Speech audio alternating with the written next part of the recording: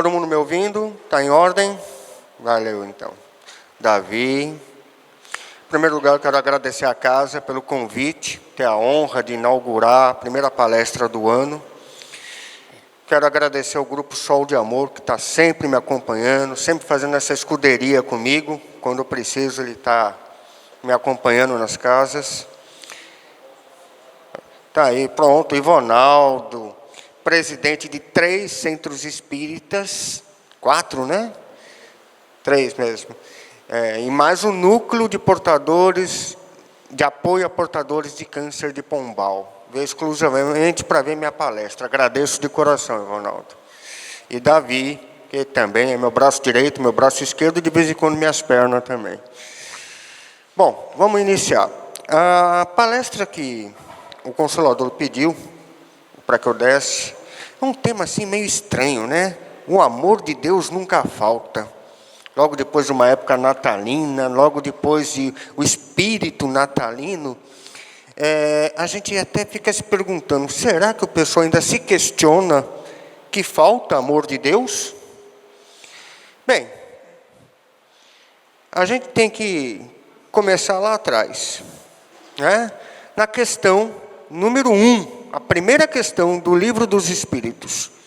O que é Deus? A resposta dos Espíritos. Deus é a inteligência suprema, causa primária de todas as coisas. Então, existe algumas pessoas, algumas crenças, que chegou a dizer que o Espiritismo não é uma crença ou uma religião devotada a Cristo, devotada a Deus, né? Bem, o primeiro item, a primeira questão do Livro dos Espíritos já entra logo de cara falando em Deus. Então, é estranho contestarem o que o Espiritismo fala ou não dentro da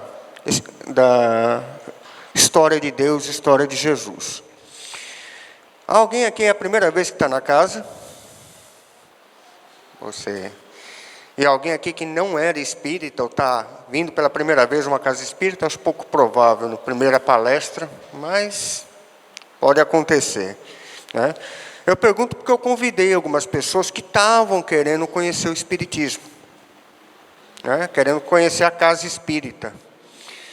E eu falei, olha, a primeira palestra da casa, ali no Geisel, está ali. Vou falar justamente de Deus. Que me questionaram justamente isso. Mas o Espiritismo fala de Deus? Fala, e muito. Ele fala principalmente de Jesus. E quem foi Jesus para o Espiritismo? Para o Espiritismo, Jesus é o modelo de ser humano mais perfeito que Deus ofereceu para servir de guia. Isso não sou eu que estou falando, não. Isso quem falou foi Kardec. Ele afirmou o seguinte: para o homem, Jesus constitui o tipo da perfeição moral a que a humanidade pode aspirar na Terra. Está lá na questão 625 do Livro dos Espíritos. Puxa vida, o Espiritismo de novo falando em Deus, falando em Jesus. Então, o amor de Deus e o amor de Jesus, na minha concepção, é igual, é o mesmo. Porque Jesus veio à Terra a pedido de Deus. Veio aqui justamente mostrar que o amor dele nunca acaba. Como é que ele veio fazer isso? Bom, de acordo com a doutrina espírita, Jesus foi o divulgador da segunda revelação de Deus. A primeira foi Moisés, né? Com as tabuletas aqui, com as tábuas, né? Pregando os 10 mandamentos. Mas na época que ele trouxe essas informações, o planeta ainda estava muito violento, ainda saindo de um estado animalesco, e foi obrigado a colocar algumas regras e condições um pouco severas, né? E ele misturou a lei humana com a lei divina. E Jesus veio retificar o que estava errado. Havia, como é o caso, de transformar a lei do olho por olho e a do dente por dente na lei do amor e do perdão. Então, mudou completamente a história. Jesus mudou, ele revolucionou a história do mundo. Até então, o Deus que Noé pregava, que Moisés pregava, era um Deus vingativo, era um Deus que castigava, E Jesus veio mudar esse foco, mudar essa performance, mostrar que Deus é bondoso, que perdoa. E o Espiritismo, que é a terceira revelação, veio nos mostrar que nós somos quem plantamos o joio e cabe a nós retirá-lo das nossas vidas. Então, Jesus nasceu no momento em que o mundo estava mergulhado numa miscelânea de ideias religiosas, predominantes e politeístas, Ou seja, se acreditava em Zeus, em Apolo, acreditava em Hércules. Havia crenças de vários deuses. E chega Jesus falando de um Deus só.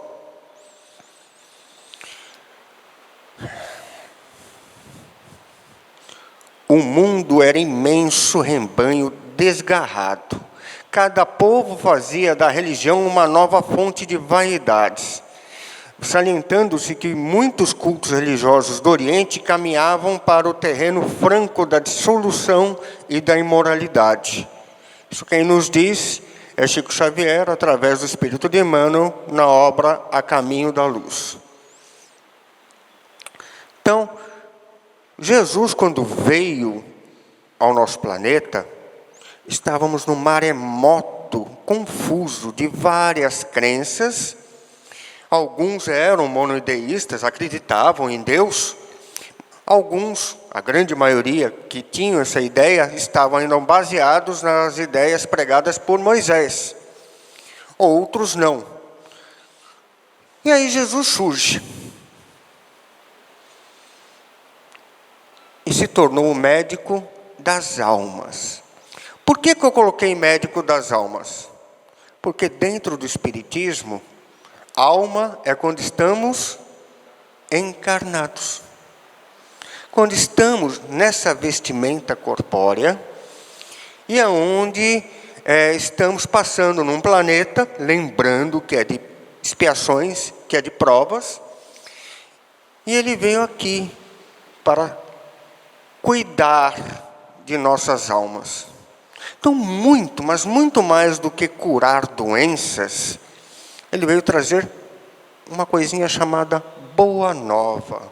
As suas mensagens, que até hoje são pregadas por diversas crenças, inclusive a nossa. Para falar de Deus, ou de Jesus, eu não poderia deixar de falar dos 7 pecados capitais. O primeiro deles, a soberba. A soberba.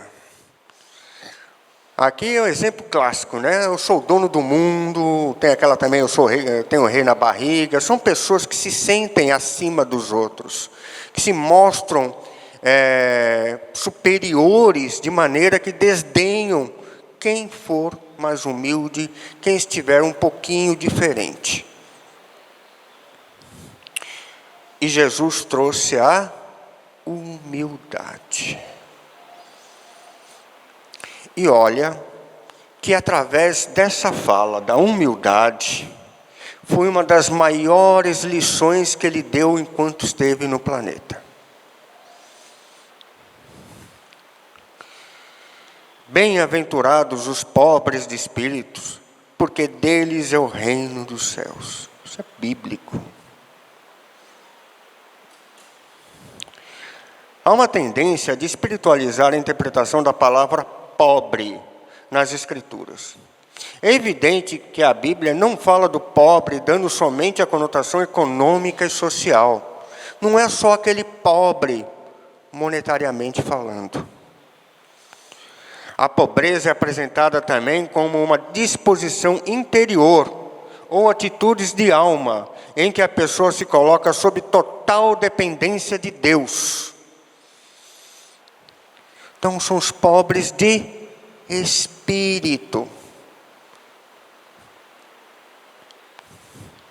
Ao dizer que o reino dos céus é para os pobres, Jesus ensina que ninguém será nele admitido sem a simplicidade de coração, sem ser ingênuo e humilde de espírito.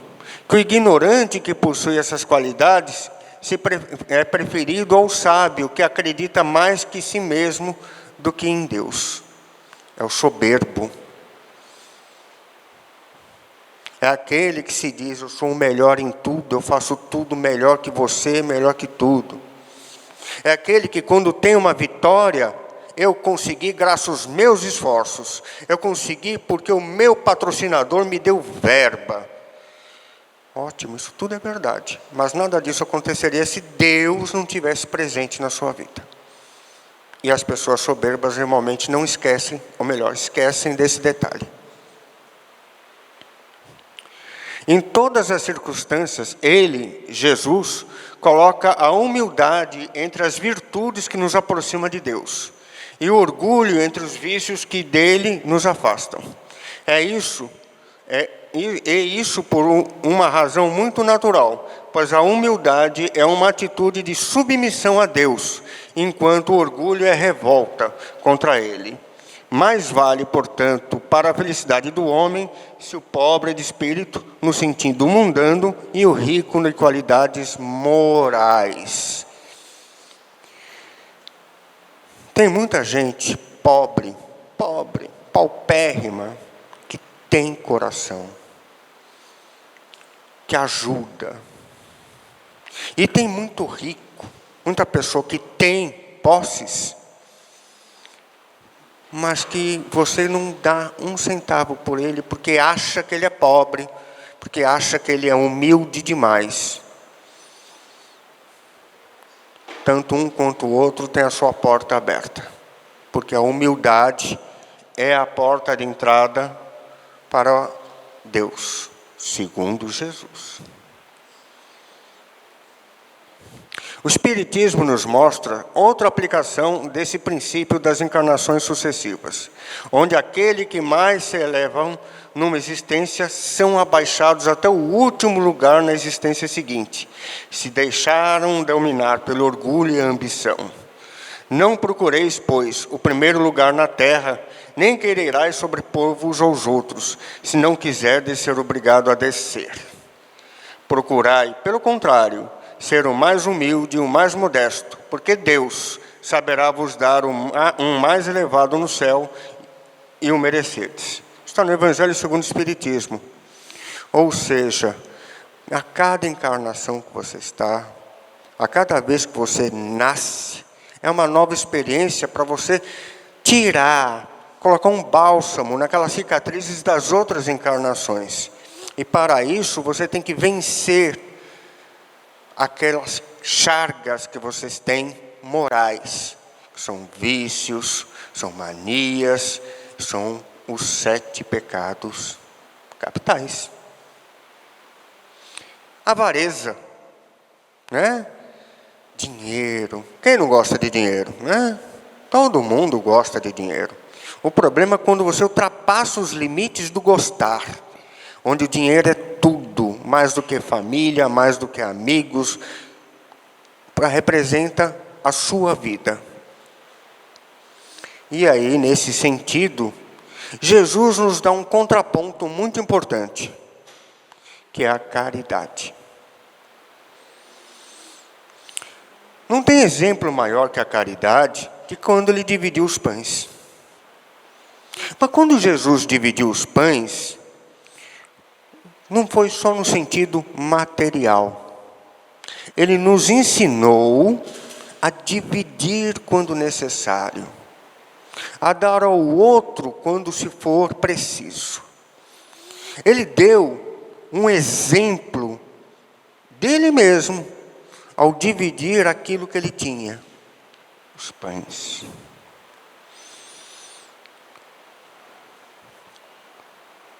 Todos que estavam à sua volta comeram.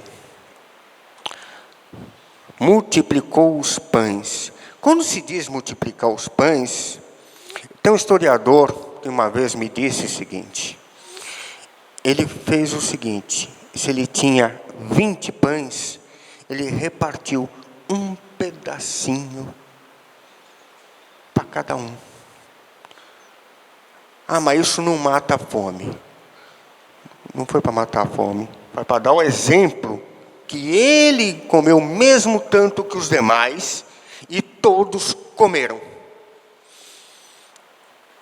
Essa é a caridade. Então, naquela máxima, no livro o Evangelho segundo o Espiritismo, no item 10, está lá: fora da caridade não há salvação.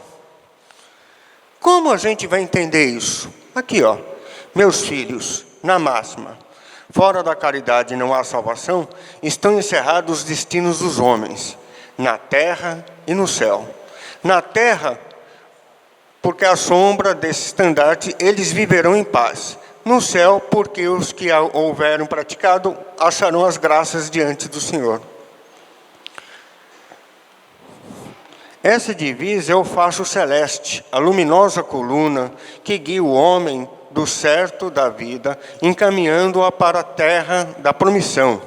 Ela brilha no céu como auréola santa e fronte dos eleitos, e na terra se acha gravada no coração daqueles a quem Jesus dirá: passai à direita, benditos do meu Pai. Reconhecê-los-ei pelo perfume da caridade que espalharam em torno de si. Nada exprime com mais exatidão o pensamento de Jesus. Nada resume tão bem os deveres do homem como essa máxima de ordem divina. Então, Jesus, ele pregava a caridade. E Jesus era o exemplo de Deus. Que amor maior que esse, que ser caridoso? Jesus enfrentou tudo e todos numa terra que eu acho que a gente diria de uma maneira bem figurada, de bandoleiros, de pessoas que estavam dispostas a matar pela terra, pelo título. E ele foi denominado rei, não foi? Rei dos hebreus? Rei dos judeus? Mas ele era mais. Ele era o rei dos céus. Aí nós temos a luxúria. Esse é um pecado difícil de se argumentar, né? Inclusive agora foi lançado um filme que eu considero particularmente um despropósito, um filme que infelizmente esculacha com a idoneidade de Jesus, com o seu caráter. Acho que a empresa que fez o filme é Porta dos Fundos, onde tratam ele como homossexual. Bom, eu não estou aqui para julgar, eu só creio que é o tipo de filme que não é muito bem-vindo. Agora, Jesus tinha luxúria?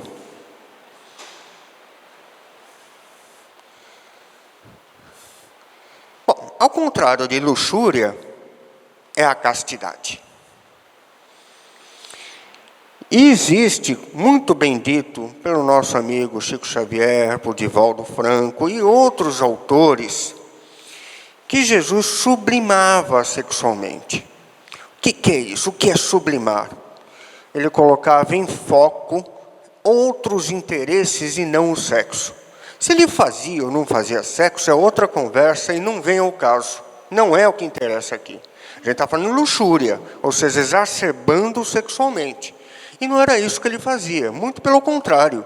Ele distribuía amor para os animais, para as pessoas. era uma pessoa que, através da caridade e da humildade, mostrou várias formas de amar. De todas as virtudes de que o Cristo nos deixou, o adorável exemplo, nenhuma foi mais indignamente esquecida pela triste humildade do que a castidade. Ultrapassando as fronteiras da castidade sexual, mostrou-nos a castidade da alma. Jamais concebeu um pensamento ou deixou escapar uma palavra de natureza a infamar a pureza da virgem ou da criança que o escutava. Aí está o X da questão. Não xingava. Essa aqui é aquela que traiu o marido, a adúltera, que saiu com o homem casado e que iam atirar pedras. Essa famosa cena em que ele desenha o peixe, que atire a primeira pedra, que não tiver pecado, e falou para ela: vá e não peque mais. Então o que ela fez foi pecado. Foi. Até os dias de hoje ainda é. Mas ele fez uma coisa que a grande maioria hoje não consegue ainda fazer. Perdoou. Ele fez uma coisa que poucos hoje ainda fazem. Defendeu. Ele defendeu, não conhecia, enfrentou todos aqueles que estavam ali para maltratá-la, convenceu eles a desistirem e ainda a perdoou.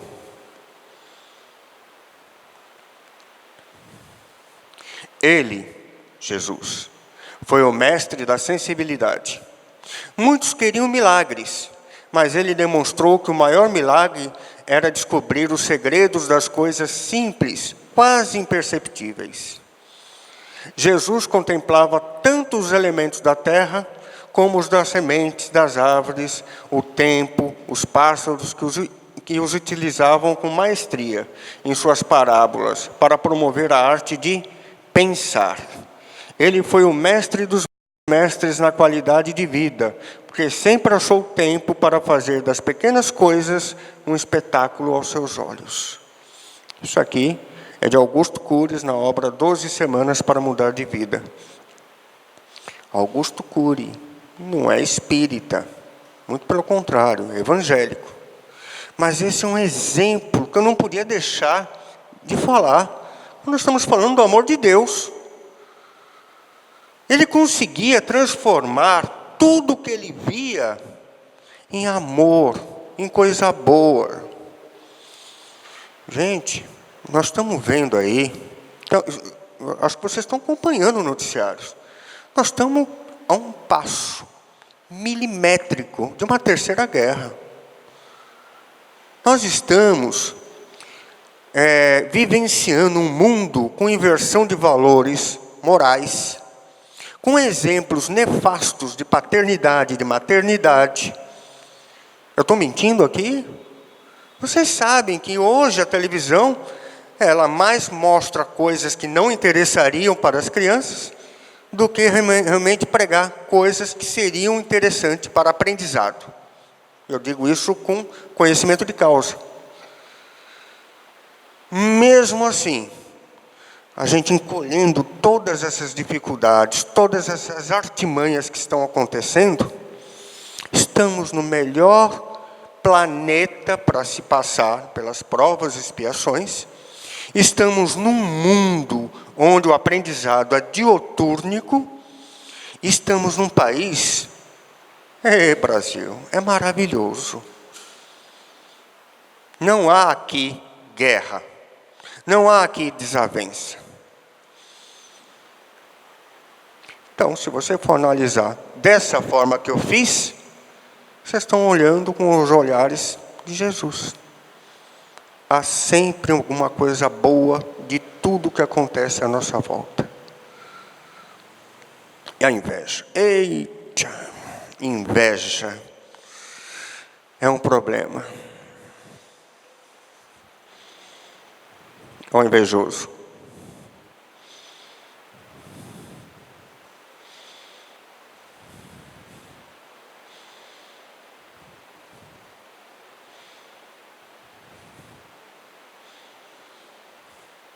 Pois é.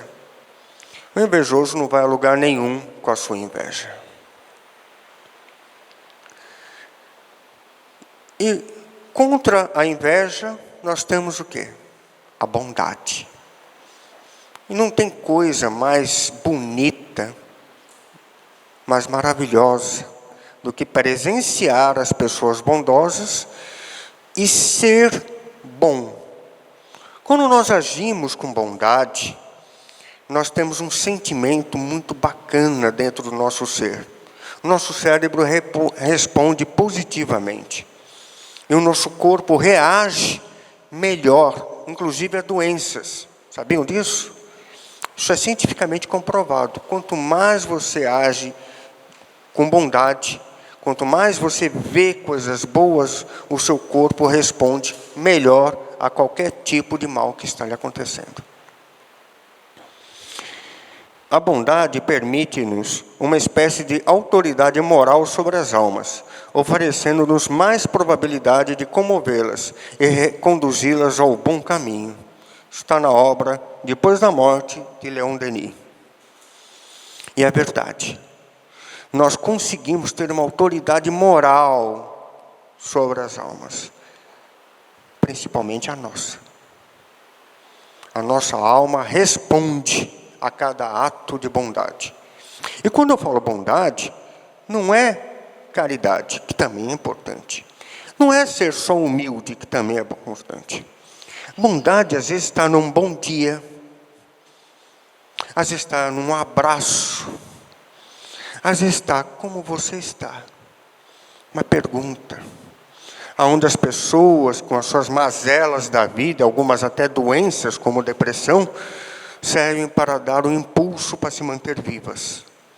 Você cometeu um ato de bondade e nem percebeu. O arqueiro e a trave. Bom, a inveja normalmente é aquilo, né? Rapaz, eu adorei essa camisa amarela sua, mas, puxa vida, está tão bonita, tão bonita. Eu queria ter uma, mas já que eu não posso ter, ele podia rasgar dele, né? Vemos, né, o mal que está nos outros. Rapaz, mas não vemos o que está em nós.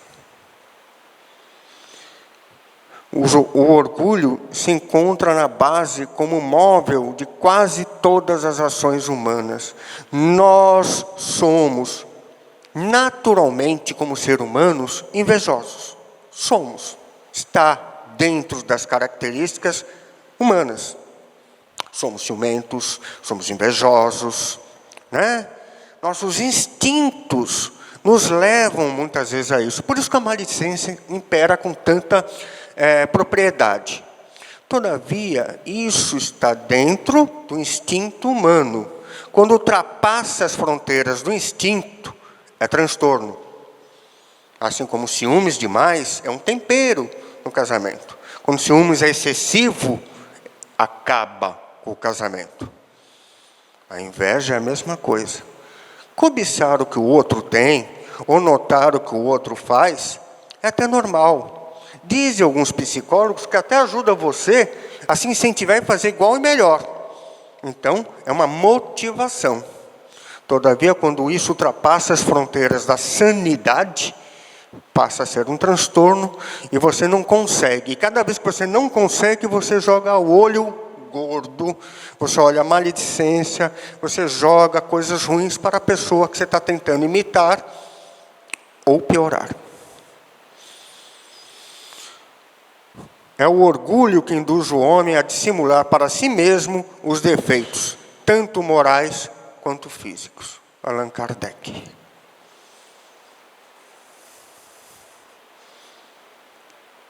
E a gula? Eita, nós! Eu já sofri muito com isso, gente. Eu tinha um amigo meu que falava que eu tinha o mal dos peixes. Eu falava, mal dos peixes? Morre pela boca. E é bem por aí. Infelizmente, ainda acontece muito. Porque vamos e venhamos, gente, comer é bom. O alimento, quanto mais saboroso, melhor para a gente. O problema é quando o exagero chega. Aí, literalmente, cometemos um suicídio.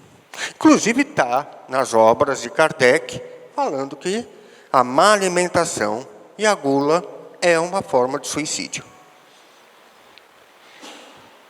E aí nós vemos a temperança. O que é temperança? Qualidade ou virtude de quem é moderado e cometido. Ou seja, Jesus dividiu os pães, mas não pegou um pedaço a mais. Não pegou o pedaço mais saboroso, que é o biquinho do pão. Ou ele não tirou o miolo e deu para o Ricardo, que estava reencarnado na época, e comeu a casquinha. Ele não fez nada disso. Ele dividiu por igual o pão e, na época, o vinho. Não foi guloso. Mas muito mais que isso. Está aqui, ó. Reconhece-se um verdadeiro espírita pela sua transformação moral e pelos esforços que emprega para domar as suas más inclinações.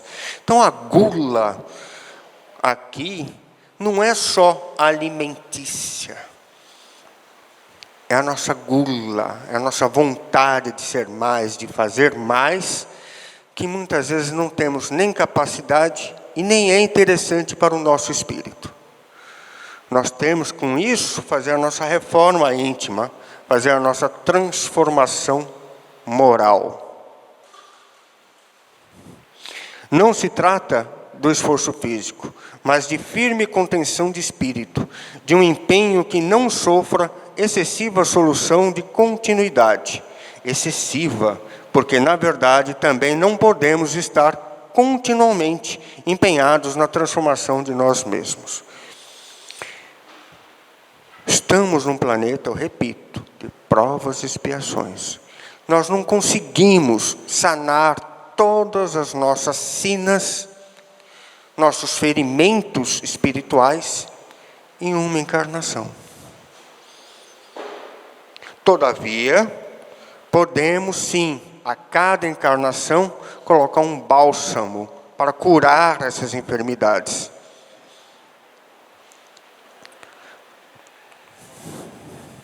E a ira, a raiva, a intolerância. Aí vira o Hulk, né? Só no desenho preto e branco, senão ficava verde, coitado. É com a paciência. E querem pessoa mais paciente que foi Jesus? Acho que não havia na época. E hoje, pessoa com tanta paciência. Vocês imaginem ele falando para as pessoas na época por meio de parábolas. Hoje, século 21, ainda há dúbias interpretações sobre o que ele dizia. Imagina na época. A paciência de explicar novamente, de dar exemplos, de mostrar. E com Pilatos. Quer mais paciência? Quando ele foi questionado se ele era rei, se ele queria dominar a terra, e ele calmamente respondia, sem entrar em detalhes. E aí, quando ele disse que ele era o Filho de Deus, foi a gota d'água. Mas ele disse com isso calmo. Não foi se mostrando, não foi exacerbando. Não. Ele falou calmamente. E por que ele foi traído? Por Judas. Porque Judas queria que ele fosse o rei da terra, o rei de Judá, o rei dos hebreus.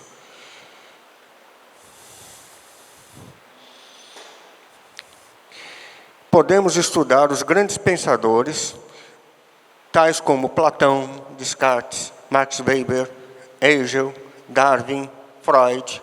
Todavia, ninguém teve uma personalidade tão complexa, misteriosa e difícil de ser compreendida como a de Jesus Cristo.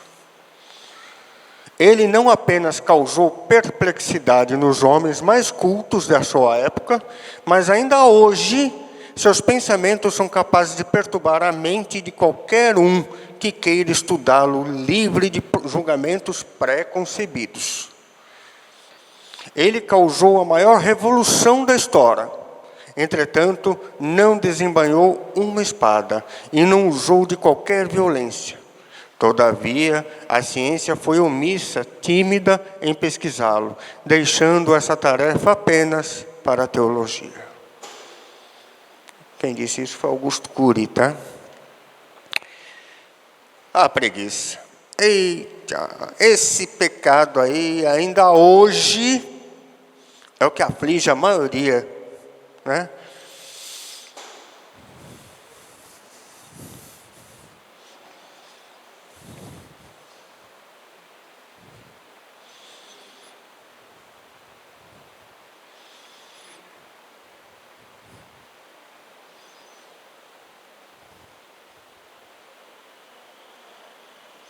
Pois é. Contra a preguiça, temos a diligência. Quando se é aplicada na execução de uma tarefa. Ou seja, muita gente lembra de diligência aquelas carroças do Velho Oeste, né? Vou pegar diligência para ir para outra cidade. E não está errado. Diligência é exatamente isso. Quando coloca uma meta, percebe todos os objetivos e vai até essa meta. E foi o que Jesus fez. Ele veio a esse planeta com uma meta. Sabia que seus objetivos seriam contestados. Sabia que seria difícil, que passaria por percalços difíceis. Sabia que iria sofrer. Sabia que seria tratado, e foi tratado, como um mero mortal. E morreu como tal. Mas ele continuou seu trabalho, ajudando, curando, multiplicando.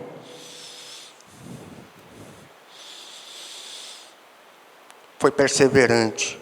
Em momento algum você viu ele com preguiça. Muito pelo contrário, sempre ativo. E esse exemplo, ainda hoje, é repercutido. Ainda hoje, nesse bendito planeta, até o ateu, até o agnóstico, quando está com uma doença terminal, ou quando está passando por um problema familiar, aonde não há solução, a quem ele pede ajuda? Pois é. Ele ainda tem o disparate de falar, se você realmente existe, cure. Passar 50, 60 anos falando que o homem não existe, que Deus não existe.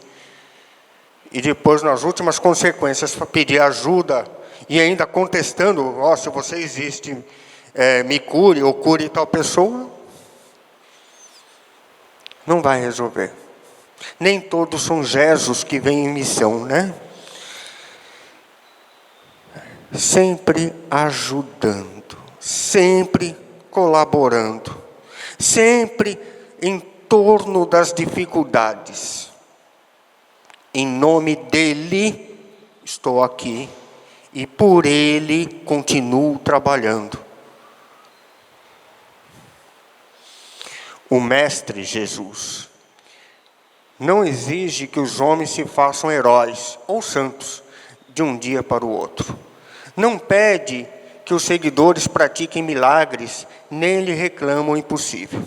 Dirige-se a palavra dele à vida comum, aos campos mais simples do sentimento, à luta vulgar e às experiências de cada dia. Isso foi Chico Xavier, através do espírito de Humberto Campos, né, na obra Boa Nova. Então, Jesus, ele não queria seguidores no sentido de cura, de fazer milagres. Não. Ele queria que seguissem ele os exemplos morais, que é a contrapartida, o contraponto dos 7 pecados. Por isso que eu abordei dessa forma. Sendo assim, o cristão verdadeiro deve buscar, antes de tudo, o modelo nos exemplos do Mestre, porque o Cristo ensinou com amor e humildade o segredo da felicidade espiritual, sendo imprescindível que todos os discípulos edifiquem no íntimo essas virtudes, com as quais saberão remontar ao calvário de suas dores no momento oportuno. Novamente, Chico Xavier, na obra O Consolador. Chico sabia, através dos Espíritos, que Jesus foi o maior exemplo de ser humano, no sentido amplo da palavra, no sentido de humano com H maiúsculo. E é por isso que eu finalizo aqui, para dar um tempinho para o nosso amigo aqui, Ricardo, cantar mais algumas. Obrigado, gente.